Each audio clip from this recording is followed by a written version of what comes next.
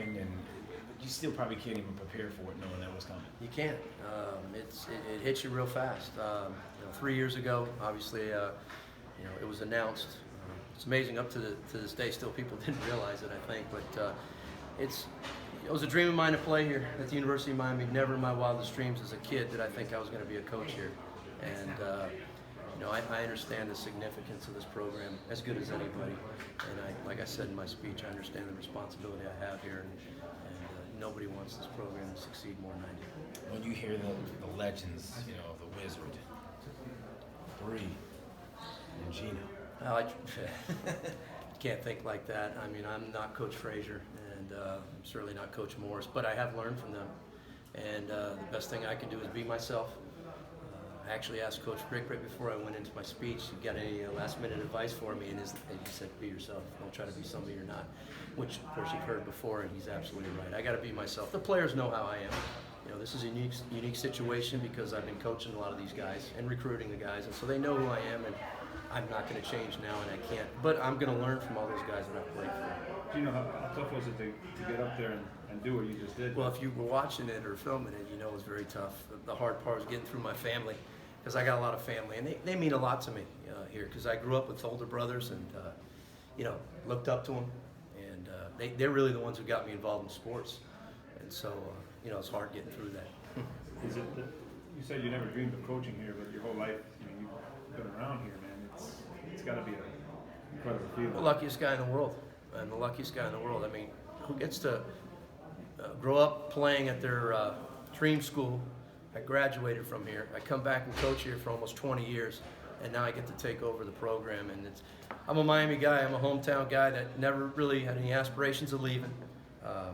My wife's from here. My kids are here. Whether I'm coaching here or not, I'm a Miami guy. I've always loved Miami, and I'm not going anywhere. Whether I'm going to be the head coach or I'm not, this is home for me. You know the pressures that come with this program. How tough has it become? And you got to have had a lot of ideas formulating in your head already what you want to do with it. Yeah, well, we all know that the last couple of years hasn't been where we need to be. Nobody knows that more than I do, and our staff, and we understand that where we need to take the program.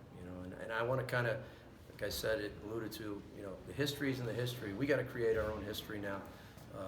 We've got a really good class returning, the freshman class from last year, along with an incoming class that are probably as two deep of classes that we've had.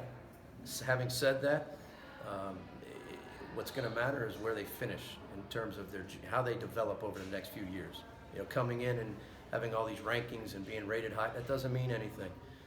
We got to get back to work. We got to get back to old school, doing the things that we needed to be successful that we had done in the past, and I'm certainly looking forward to that. Hey, Gino, you talk about getting back to getting back to College World Series, Yeah, basically. yeah. Some new coaches come in, like in football, they say it's a 3-year plan, a 4-year plan. For you, I mean, is this, with the class that you just talked about that's coming back, is it almost a 1-year plan? Like, do you see this next year? Maybe Yeah, this team's going to be young. I don't want to have to say that. I don't want it to be an excuse that we're going to be young, but we got 34 players on our roster right now. 27 are freshmen and sophomores. So we'll have 7 juniors and 1 walk-on senior. Our juniors, we lost all those guys signed off of last year's team. They didn't come back, the ones that got drafted. So it is a relatively young team, but gained a lot of experience last year. We had 6, 7, sometimes 7 freshmen starting for us last year. We have some impact guys that are going to come in just like we did last year. We're going to have some impact guys that come in this year and get it done right away. I'm not going to make any statements right now and promises we're going to win the national championship. But what I will tell you when I meet with the players, and I've already met with them before they left to go off and play, is certainly our goals and our expectations are to do that. And the guys know how I am. That's our main goal. When you had that conversation 3 years ago that you had the chance to take over, what was your initial reaction? Excitement. I was very, very excited. I couldn't believe it, to be honest with you. And so, for Blake bringing me in and basically telling me that this opportunity, if you want it, it's going to be yours. You're going to have to wait a few years for it. But I had already waited about 16 years. You know what I mean? I've been here a long time. So for 3 years, that wasn't going to be anything for me. So just excited. That's all I can think of right now today. I'm just very, very excited.